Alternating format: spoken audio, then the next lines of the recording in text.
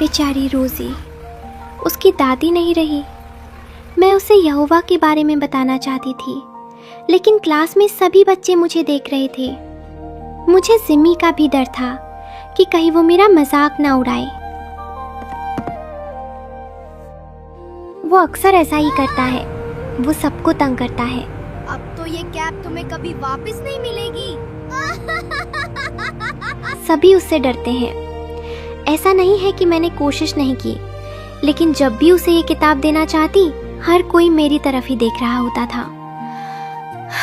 बेचारी रोज़ी, शायद मैं कभी उसे यहोवा के बारे में ना बता पाऊं।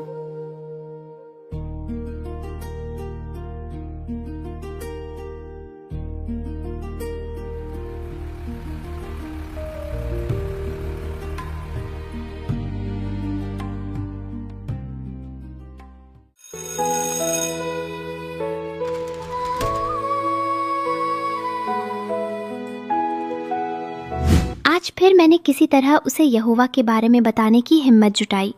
तभी जिम्मी वहां आ गया। ओए, तेरे हाथ में ये कौन सी किताब है? आज तो बड़ी मुश्किल से बची। मैं ये बुक रोज़ी को इसलिए देना चाहती हूँ ताकि वो भी जान सके कि वो अकेली नहीं है, क्योंकि यहोवा उसके साथ है। लेकिन शायद मैं कभी उसे ये सब बता ही ना पाऊँ। शायद तुम्हें एक बार और कोशिश करनी चाहिए।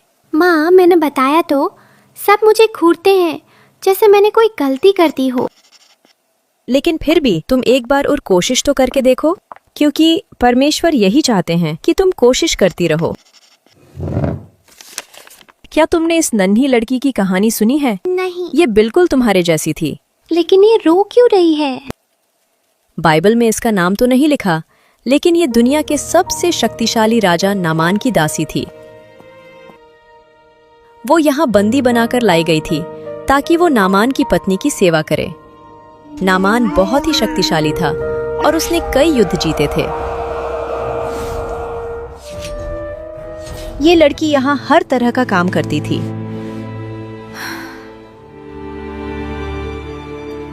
सफाई करना, राजा की मेज लगाना, रसोई का काम, बर्तन साफ करना। वो दिन भर काम करती।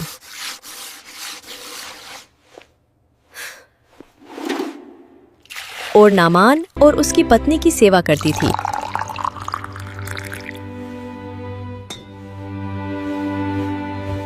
क्या तुमने हमारी नई दासी को देखा है? वो मेरी बहुत अच्छी सेवा करती है। हाँ, वो बहुत अच्छी दासी है। इस लड़की की सबसे खास बात ये थी कि वो यहोवा को मानती थी और इसके छोटे से दिल में यहोवा का डर और उसके लिए बहुत सारा प्यार था। वो सिर्फ यहोवा को अपना मानती थी। ऐसे ही बहुत समय बीत गया, लेकिन अब राजा नामान बीमार हैं और इस बीमारी का किसी भी वैद्य के पास कोई इलाज नहीं है। इस बीमारी के कारण कोई उसके पास नहीं आता था। Children, quiet now. We must be silent. मुझे शक्ति दो प्रभु। उसकी पत्नी उसकी इस दशा से बहुत दुखी रहती थी। हे भगवान, मेरे पति को बचाओ, मेरी प्रार्थना सुन लो।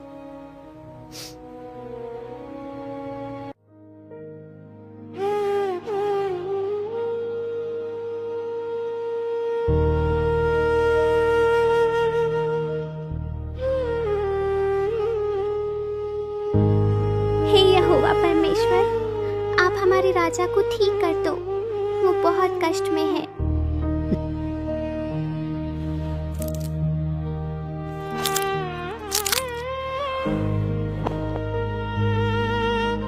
हे भगवान, दया करो।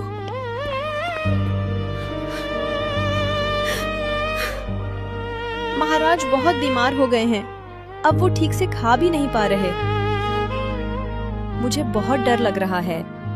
God, I beg you, have mercy.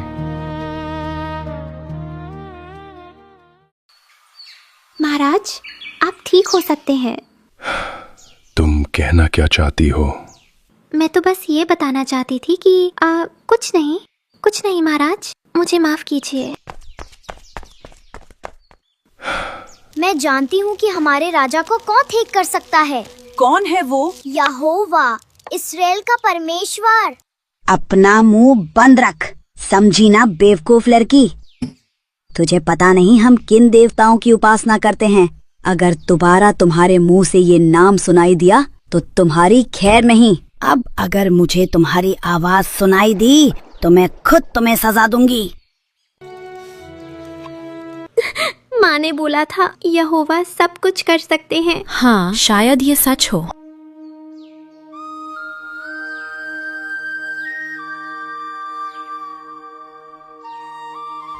महारानी, कृपा करके महाराज को एक बार इज़राइल के अलीशा के पास भेज दो। मुझे यकीन है कि वो जरूर ठीक हो जाएंगे।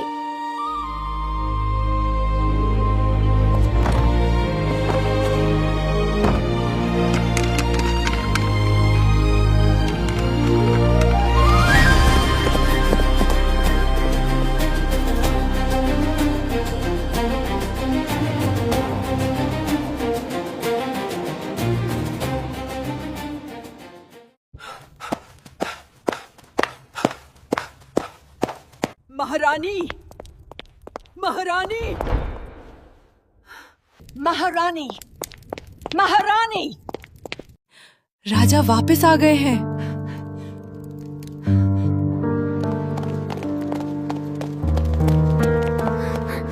आ जाओ सब लोग।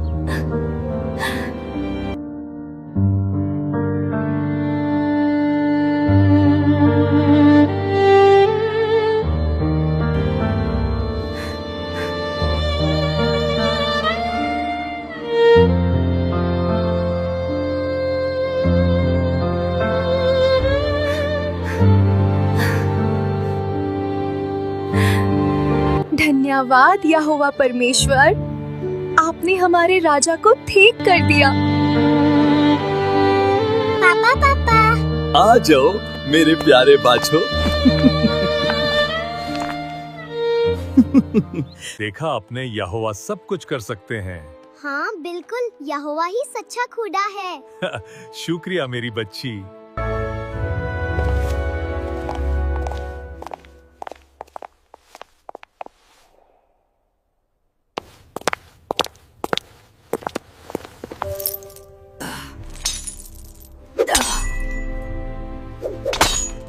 और इस तरह से एक छोटी सी लड़की के विश्वास और हिम्मत की वजह से उस पूरे राज्य में यहोवा का संदेश फैल गया और लोगों ने अपना मन फिराया और यहोवा परमेश्वर को जाना। ओह, हाँ मेरी बच्ची।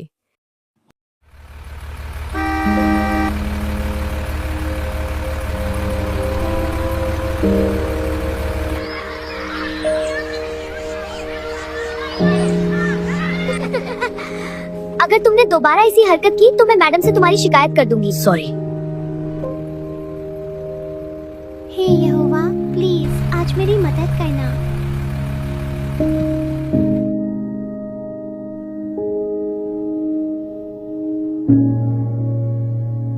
क्या ये बुक तुम्हें पसंद आई? हाँ बिल्कुल, मुझे यहोवा के बारे में और जानना है। हाँ, वो बहुत मजेदार था।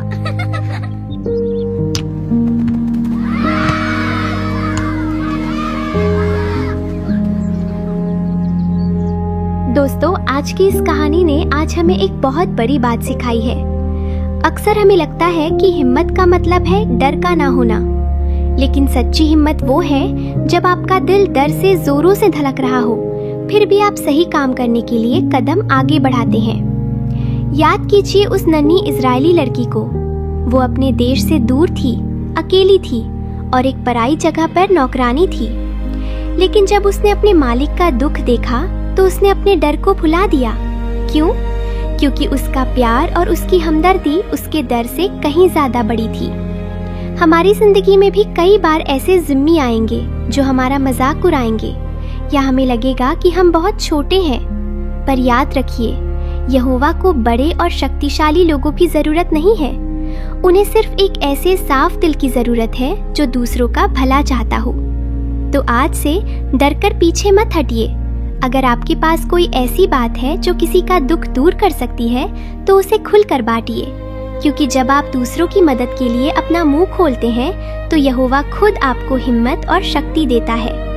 बेखौफ बनिए और अपने विश्वास की रोशनी को चमकने दीजिए। अगर आपको लिंकी की ये हिम्मत भरी कहानी पसंद आई तो इस वीडियो को लाइक जरूर करें और अपनों के साथ शेयर करें।